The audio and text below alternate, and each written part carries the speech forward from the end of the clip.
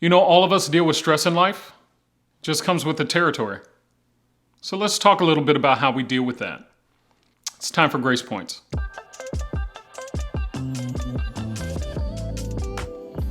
If you're like me, you deal with a lot of stress in life.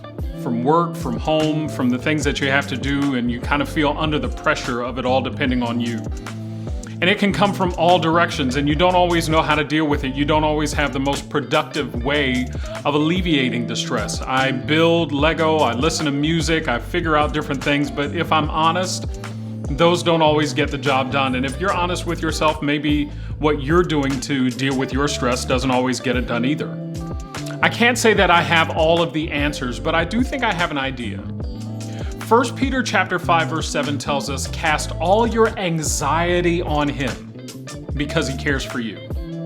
Whew. That's such a powerful passage. Cast all your anxiety, listen to the word, the anxiety on him. Not responsibility. Cast your anxiety about the responsibility on him because he cares for you. The truth is, stress is built on a really flimsy platform of fear. Yeah, fear. Fear that I'm not going to get it done. Fear that it all depends on me. Fear that I'm going to let someone down. Fear that all of the good that I've hoped for is going to end with failure and bad news. And all of those fears lead to sleepless nights, eating the wrong thing, stressing out your relationships, affecting your health. The list goes on and on and on and on. And so what do? Well, first off, the Bible reminds us that God hasn't given us the spirit of fear. So let's start there. The reminder is you've got to cast all of your anxiety on God, and God hasn't given you a spirit of fear. Now, outside of the natural things that we have to do, sleep and exercise, those are really practical methods in dealing with stress. Sleep and exercise. And if you're like me, you don't get enough of either one. And I have a very strained relationship with sleep right now. We're not seeing eye to eye. We're going to counseling. I want to work things out. I know that I messed up. Sleep. And if you're listening, I just want you back. I want you back in my life. I'll do whatever it takes. Just come back, please. Wait a minute. Sorry. I got a little too personal. Let me give you four things that I want you to work on in dealing with stress. Number one, do your best. You can't ask God to bless efforts that you're not actually taking. So do your best. Whatever job, whatever assignment you've been given by God, do your best and watch Him bless your best efforts. Number two, accept your own humanity. That's really important. Accept your own humanity. Know that it all doesn't depend on you. It's not all up to you. It's God working with you, God blessing your efforts, God walking with you and helping you. When we are stressed, it's our own internal way of saying, I'm in control, it all depends on me, and I'm more worried about what people think of me than I am about what God has declared over my life.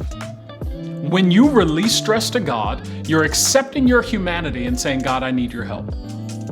Number three, this is really important. Release the fear, the worry, the anxiety. Give it over to God. Give over those worries about what people are going to think or whether or not you can get it done. Release it to God and watch God take over and do far beyond what you could ever imagine. And number four, really important, here it is. This is the clincher. Accept what God allows. Accept the outcome that you've entrusted to God.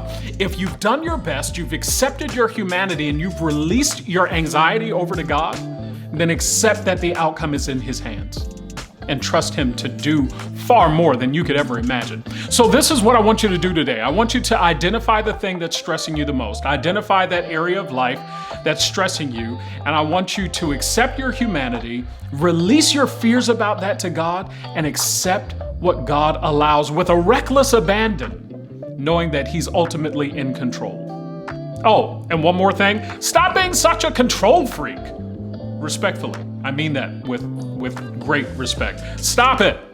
Let it go. Let it go. Let it go. No, too much? I thought it might be. Let it go.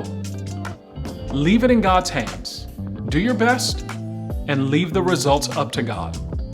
Anyway, God doesn't want us to live those stressed out lives. He desires lives for His children that are full of life, love, happiness, where we live in a reckless abandon in the care of God. I'll see you next week. Good to see you. I hope that you're going to deal with stress better. I'm going to try. This is Grace Points. God bless you.